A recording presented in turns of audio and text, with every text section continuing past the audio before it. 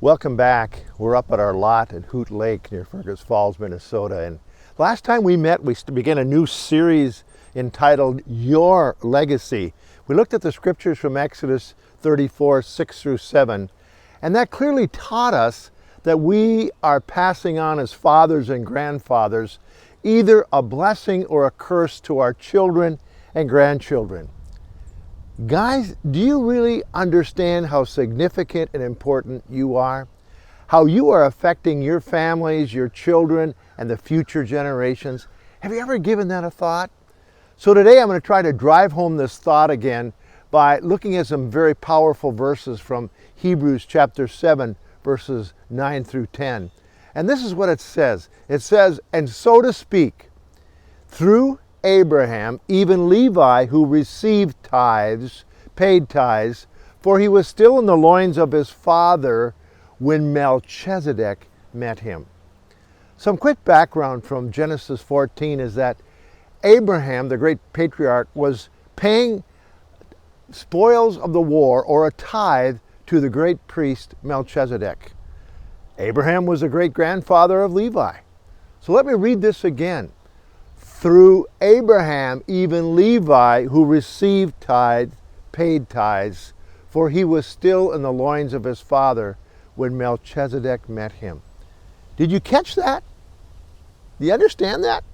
Levi was still in the loins of Abraham, his great-grandfather, when he handed over the tithe to Melchizedek.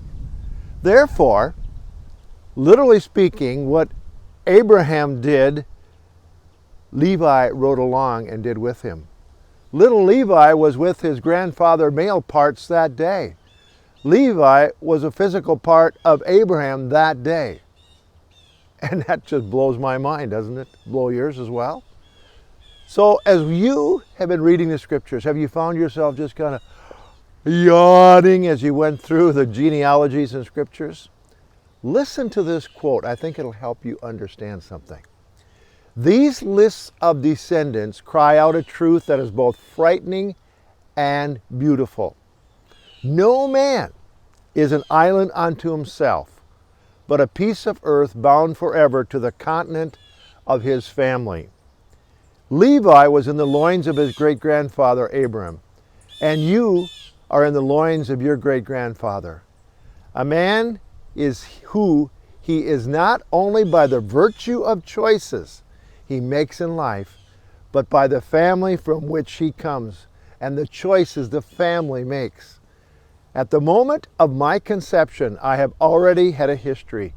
I am conceived with a biography.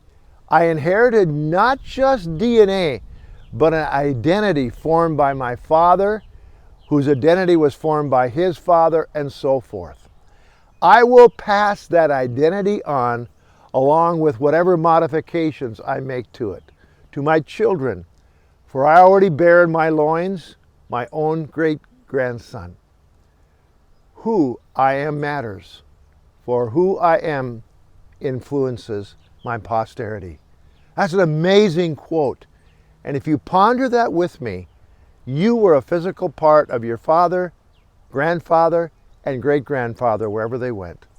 And if they went to church, or if they went to the bar, if they helped the homeless, or whether they stole from the store, there was an impact on their choices and they're upon your life as well. So men, do you realize how significant you are?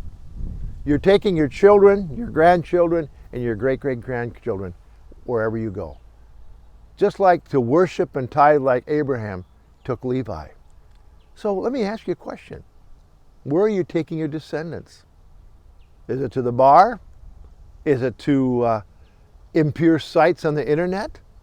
You see, your choices will affect many more than you realize, as you will see in this true story that I'm going to share with you. Jonathan Edwards was a respected Puritan preacher in the 1700s. He attended Yale at the age of 13 and later began to have a career and ended up as a president of Princeton College. He married his wife Sarah, 1727. They were blessed with 11 children. Jonathan and his wife Sarah passed on a great godly legacy through their 11 children. An American educator, A.E. Winship, decided to trace the descendants of Jonathan Edwards over a period of 150 years after his death.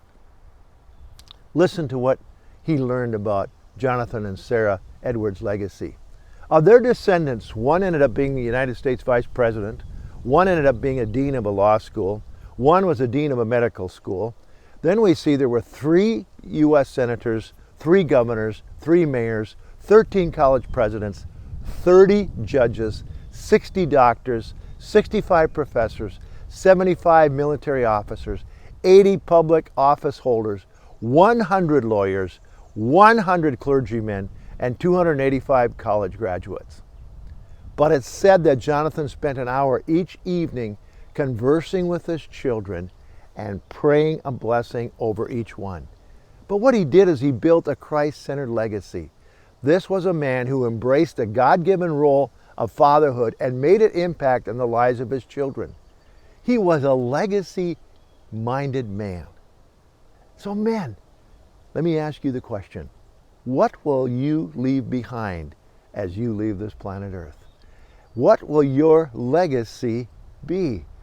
And as we think of that, we're going to be continuing this series, and we'll be talking about these things in a greater way. Thank you.